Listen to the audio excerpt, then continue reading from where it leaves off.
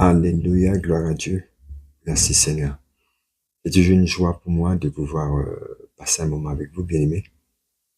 Mais ce soir, j'aimerais nous parler d'une réalité qui nous touche tous et qui est troublant et qui nous affaiblit pour certains, qui nous affole pour d'autres, qui crée du stress et des frustrations multiples. Nous sommes vraiment dans les temps de la fin. Tout nous parle et tout nous démontre, tout nous prouve que nous sommes dans une ligne droite terriblement dangereuse, même pour ceux qui sont dans la foi et pour ceux qui ne le sont pas. Mes amis, vous êtes peut-être pas chrétiens, vous n'appartenez peut-être pas au Seigneur, mais vous subissez des choses terriblement difficiles sur le plan moral, sur le plan émotionnel, sur le plan sentimental, sur le plan même économique. Et nous voyons que nous ne pouvons pas laisser ça passer comme ça. Nous avons besoin d'une force, nous avons besoin d'avoir une vision claire par la grâce de Dieu, par sa parole, afin que nous ne subissons pas les mêmes chocs que ceux du monde. La Bible nous demande de ne pas nous conformer au siècle présent. Il nous demande d'être transformés, renouvelés de notre intelligence, afin que nous puissions discerner quelle est la volonté de Dieu. Vraiment que ce qui est bon et agréable à Dieu. Et ce qui est bon et agréable à Dieu n'est pas que bon pour Dieu, mais bon pour nous. Si Dieu nous a donné certaines directives, si Dieu nous a donné une certaine connaissance, c'est parce qu'il ne veut pas que nous soyons comme ceux du monde, subissant des théories, des philosophies, cherchant sans cesse à, à essayer de trouver un sens à notre vie, à essayer de trouver une force, une puissance pour traverser les différentes difficultés, mais cela ne sera pas possible sans Dieu, sans sa force. Nous avons besoin qu'il nous accorde un esprit de sagesse. Et la Bible dit clairement que nous avons besoin de cette sagesse et que celui qui l'a pas le demande à Dieu. Que nous soyons enfants de Dieu, que nous soyons non-croyants, nous pouvons demander à ce Créateur qui nous a tous créés son aide, son assistance. Et c'est par ce biais que nous allons le rencontrer aussi, pour certains. C'est par ce biais que nous allons comprendre que ce n'est pas une question de force qui a créé une énergie ou alors comme une intelligence, mais c'est Dieu. Refuser d'employer son nom n'empêche pas qu'il est Dieu. Il est le créateur de toutes choses et il nous a tous créés. Et nous avons besoin de ce créateur. Et nous allons découvrir quelque chose d'extraordinaire, c'est que la paix dont nous avons besoin dans ce temps troublé ne peut nous être donnée que par Dieu.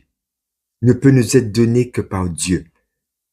Vous savez, cette paix que Dieu donne dépasse toute intelligence. Et nous avons tellement besoin de comprendre que c'est pas dans les pratiques que nous faisons, c'est pas dans certaines sciences orientales où nous recherchons l'apaisement, nous recherchons à décompresser avec des méthodes respiratoires, des méthodes de méditation. C'est plus loin que ça. Nous avons besoin de la présence de Dieu.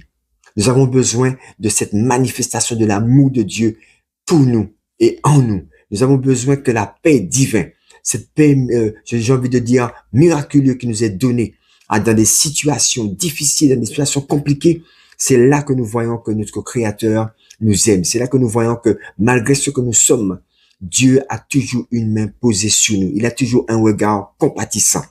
Que nous l'appelons Dieu ou pas, que nous le reconnaissons comme étant Dieu ou pas, il n'empêche pas moins qu'il est Dieu et qu'il est notre Créateur. Pour ceux qui ne le connaissent pas encore, je vous invite à le rechercher par une prière simple. Révèle-toi à moi, Dieu de l'univers, parce que c'est lui qui a créé l'univers. Révèle-toi à moi. J'ai besoin de te connaître. J'ai besoin de m'approcher de toi. Et dans les temps qui se passent, nous voyons que on ne peut plus se conformer à ce siècle-là. Tout est corrompu. Tout ce que nous voyons, même les publicités que nous voyons, regardez par vous-même. Les films que nous regardons, regardez par vous-même. Même dans les choses les plus simples, même les enfants, regardez dans les dessins animés. Ce qui est caché dans les dessins animés, des pratiques de la sorcellerie y est caché. Nous voyons que la sexualité déviée est cachée dans certains dessins animés. Et même dans certains enseignements, on ne prépare pas l'enfant de manière morale à la sexualité, mais on fait l'enfant brûler les étapes de la sexualité. On essaie de les faire entrer dans un besoin de sexe comme si c'est sans ça, le monde ne tourne pas. Sans ça, ils pourront pas faire leur vie. Et on les fait entrer dans des voies trop tôt. On les fait entrer sans comprendre le pourquoi ces choses se font, à quel moment elles doivent se faire. Et surtout avec quel type de partenaire. Vous savez, s'il n'y a pas question de maladie vénérienne seulement dans les rapports sexuels, mais il y a aussi question de transfert mystique, transfert spirituel qui détruit une vie, qui détruit vos pensées, qui détruit votre psychisme aussi. Et nous devons savoir que ces types de relations sexuelles ne sont pas que c'est pas un acte, comme on croit que un temps de plaisir, un temps de, comme dirais-je, de détente, n'est-ce pas? Nous sommes émancipés, mais les répercussions avec les semences mauvaises que l'individu avec qui nous nous sommes permis de batifoler peut nous transmettre. Et souvent, ça détruit une vie, ça détruit un avenir, ça détruit la mission même que Dieu nous a mis sur la terre pour accomplir. Ça détruit notre appel, ça peut même détruire nos ministères. Nous devons savoir que pour 2 minutes de plaisir, nous pouvons nous retrouver dans des problèmes d'attaque nocturne, nous pouvons nous trouver dans des problèmes de folie, nous pouvons nous trouver dans des problèmes de vie compliquée, d'alcoolisme, de désir sexuel tellement fort qu'on ne peut pas rester une journée sans un partenaire. Vous voyez bien que les répercussions sont graves. Nous avons besoin de revenir aux choses saines. Nous avons besoin de comprendre que Dieu veut que notre intelligence soit renouvelée pour que nous suivions la sagesse divine, pour nous recadrer, pour nous fortifier, pour nous donner la force mentale, la force émotionnelle que nous avons besoin. Dieu dit lui-même, je t'ordonne d'être fort. Mais c'est quand tu es en Dieu que tu peux être fort. Ce n'est pas quand tu mènes ta vie comme bon te semble, selon différents types de philosophies. J'aimerais dire à certains enfants de Dieu qui aiment bien faire des mélanges d'exotérisme, des mélanges philosophiques avec la doctrine de Christ. Les choses de Dieu ne se mélangent pas. Les choses de Dieu ne s'emboîtent pas avec ce qui n'est pas. La lumière est la lumière, le ténèbre est le ténèbre. On ne peut pas faire entrer de la lumière dans le ténèbre et garder la noirceur du ténèbre. Le ténèbre va devoir fuir. Il va devoir quitter la place parce que la lumière est en position. Et nous voulons, en tant qu'enfants de Dieu, avec toute notre dimension, soi-disant spirituelle, toute notre évolution, faire des mélanges. Prendre la parole de Dieu associée à d'autres sciences et essayer d'enseigner cela. C'est la destruction. C'est déjà une pratique de magie. C'est déjà un manque de crainte de Dieu. C'est déjà une absence d'appartenance à Dieu parce que nous sommes déjà dans l'hérésie. Nous sommes déjà dans l'hérésie. Nous sommes plus dans l'erreur doctrinale. Nous sommes dans l'hérésie parce que nous déformons volontairement la parole de Dieu. Nous le déformons en détruisant des vies.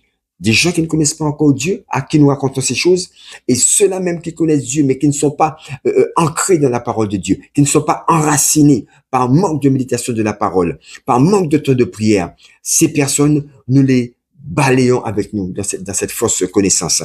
Je prie Dieu pour que ce soit encore, que ceux qui pratiquent ces genres de choses reviennent sur la voie, demandant pardon à Dieu et reviennent à la doctrine saine de Christ. Et nous-mêmes qui sommes dedans, qui marchons avec Dieu et qui faisons les efforts qu'il faut, qui cherchons à obéir, nous ne sommes pas parfaits. Aussi longtemps que nous sommes ici-bas, il nous sera compliqué dans certains domaines d'agir correctement, mais l'Esprit est là pour nous guider. Il est là pour nous reprendre. Il est là pour nous avertir. Il est là pour nous révéler certaines choses que nous n'avons pas comprises, afin que nous puissions porter les corrections qui s'imposent. Il faudrait que nous marchions dans l'humilité, que l'orgueil ne soit pas notre moyen d'avancer. Beaucoup trop de personnes travaillent dans l'orgueil de la prétention. Un peu de connaissance des choses de Dieu ne veut pas dire que tu es au summum des choses de Dieu. Il y a tellement de choses à savoir, tellement de choses à connaître. Nous avons tous besoin d'un conseil, d'un enseignement, de notre homme de Dieu, de notre enfant de Dieu. Nous avons besoin d'entendre certaines choses qui vont nous aider à mieux comprendre, à mieux avancer, à rester stable dans les choses de Dieu. Ne soyons pas trop imbus de nous-mêmes. Malheureusement, nous voyons que beaucoup de personnes, même des hommes de Dieu, sont imbus de leur personne et ils sont dans l'orgueil, dans la prétention, dans le m'as-tu vu, dans le tape à l'œil. Ils ne sont plus dans le sauver des vies, malheureusement, mais ils sont dans les vues. Leur recherche, c'est des vues sur différents sociaux, mais ils ne voient pas que ce n'est plus la vie qui veulent changer. Ce n'est plus les gens qui veulent conduire au Seigneur, découvrir, faire une rencontre réelle, authentique avec le Seigneur de gloire, afin que ce que Dieu a promis, la promesse qu'il a faite, je m'en vais vous préparer une place. Cela n'était pas ainsi, je vous l'aurais dit. Il y a une place, il y a un ciel qui existe. aussi vrai que le nord et le sud existent, aussi vrai que l'est et l'ouest existent. Nous devons savoir que s'il y a un ciel, il y a un enfer. Et s'il y a un enfer, il y a un ciel. Il y a toujours les deux extrémités. La science nous le montre, la nature nous le montre. Alors, bien aimés, vraiment, revenez aux choses sérieuses. Et nous qui portons quelques messages, soyons vrais, soyons sérieux, cherchons à sauver des vies et non pas à faire des vues. Ce n'est pas ce à quoi Dieu nous a appelés. Revenons aux choses essentielles et que Dieu nous bénisse encore une fois et que Dieu nous assiste et qu'il nous fortifie dans ce temps troublé, qu'il nous accorde sagesse, intelligence nécessaire et la conduite par son esprit afin que nous soyons des éléments de vie et non pas des éléments de mort. Que Dieu vous bénisse. À très bientôt avec la grâce. Amen.